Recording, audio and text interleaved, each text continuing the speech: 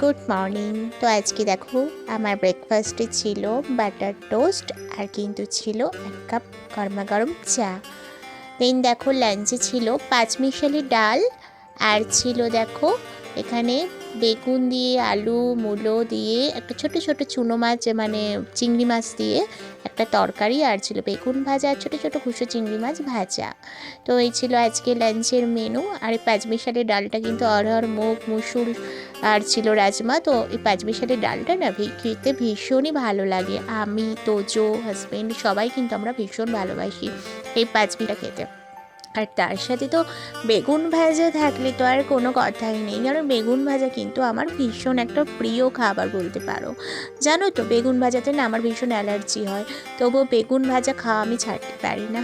তো যাই হোক, চলো লাঞ্চটা কমপ্লিট করে নিই। তো দেখো ডিনারে ছিল সুজি দিয়ে আটা দিয়ে না একটা প্যানকেক টাইপের বানিয়েছিলাম, আর কিন্তু ডিম ভাজা করেছিলাম, আমার ছিল ডাল আর স্যালাড। আচ্ছা, আমি কিন্তু রাতে ভাত খাই না, কিন্তু মাঝে মধ্যে খাই, একদম বলতে গেলে খাই না। হাজবেন্ড আর ছেলে কিন্তু রাত্রে ভাত খায়। তো চলো, গুড নাইট।